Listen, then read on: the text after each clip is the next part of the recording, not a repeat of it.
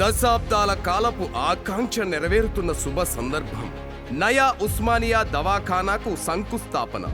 26.30 ఎకరాల సువిశాల ప్రాంగణం, 32 లక్షల చదరపు అడుగుల భవనాలు, 2000 పడకల సామర్థ్యంతో ఆసుపత్రి, 500 బెడ్లతో intensive care unit, 30 speciality, super speciality వైద్య విభాగాలు, అధునాతన వసతులతో 41 ఆపరేషన్ థియేటర్లు, అడ్వాన్స్డ్ టెక్నాలజీతో కూడిన అవయవ మార్పిడి శస్త్రచికిత్సల విభాగం, ఆసుపత్రికి అనుసంధానంగా డెంటల్, నర్సింగ్, ఫిజియోథెరపీ కాలేజీలు, 750 సీట్ల కెపాసిటీతో భారీ ఆడిటోరియం, విద్యార్థులు, స్టాఫ్ కోసం residential and play zones, patient అటెండర్లకు నిత్యాన్నదానం కోసం ధర్మశాల, 2000 కార్లు, 1000 బైకులకు సరిపడా అండర్ గ్రౌండ్ పార్కింగ్ ఫెసిలిటీ, నలువైపులా విశాలమైన రోడ్లు, ఆహ్లాదకరమైన వాతావరణం.